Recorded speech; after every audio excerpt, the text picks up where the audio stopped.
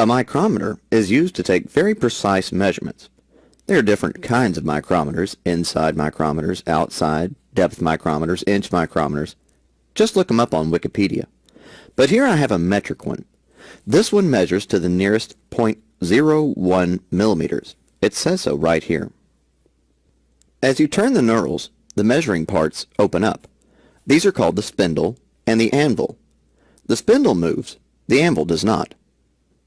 Now to get down to the business of reading this thing, let's take a close look at what's called the barrel scale.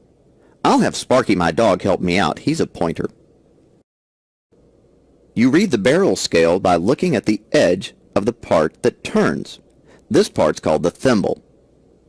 You begin by looking at these marks.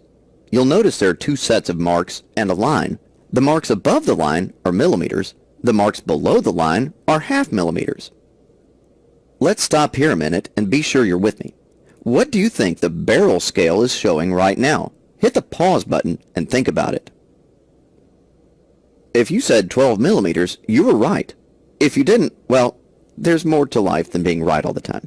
Well, let's take a closer look. See, 10, 10 and a half, 11, 11 and a half, 12. Here, let's try another one. Pause the video and think about this one. Do you see it reads 14 millimeters? Good, let's move on. Let's try another one. Now this one's trickier. Pause it for a minute and see if you can figure out what the reading is. Did you say 11 and a half millimeters? See how there's a half mark showing? That counts as a half millimeter. Great. You've got the barrel scale down.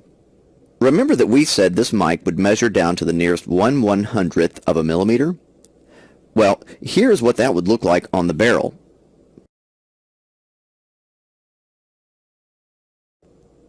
They don't really make marks this small because no one would be able to see them to read them. Obviously, there has to be a better way.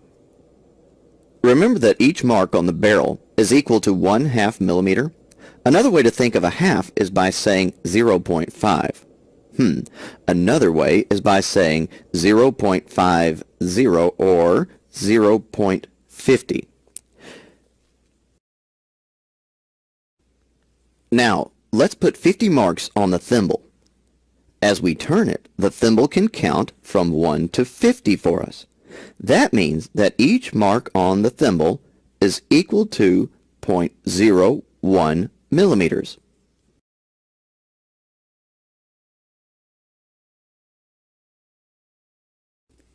Now let's put all this together and try to figure out what this micrometer is reading. First, the barrel scale. 10, 11, 12. So it's 12 millimeters plus something. The something comes from the thimble scale. Let's zoom in. 0.30, 0.31, 0.32, 0.33. So the reading is 12.33 millimeters. Now here's one for you to try. Now it's trickier. Notice the half mark is showing on the barrel scale. Let's see if you can figure out what to do with that. Did you get 11.72? If so, you're really getting this. If not, you might have missed the half millimeter mark. Let me show you. Okay, first look at the barrel. 10, 10 and a half, 11, 11 and a half. Now, write that down. Now, look at the thimble. 0.20, 0.21, 0.22. Now, write that down. Now, add them together and you get 11.72 millimeters. Okay, there's just one more small concept and we'll be done. What if one of the marks is just barely showing? Do you count it? Is it ready to be used? Here is the trick. Don't look at the mark to find out whether the mark is showing or not. Look at the thimble. You need to know if a new mark is starting or if an old mark is ending. In this example, look at how big the number on the thimble is.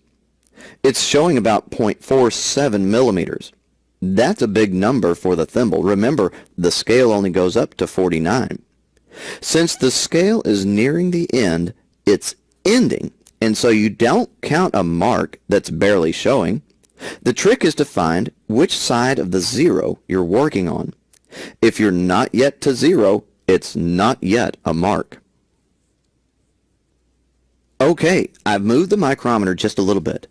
Now the mark is ready to be counted because the thimble scale is starting.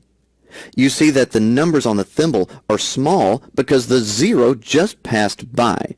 This means that the mark is ready to be counted. Okay.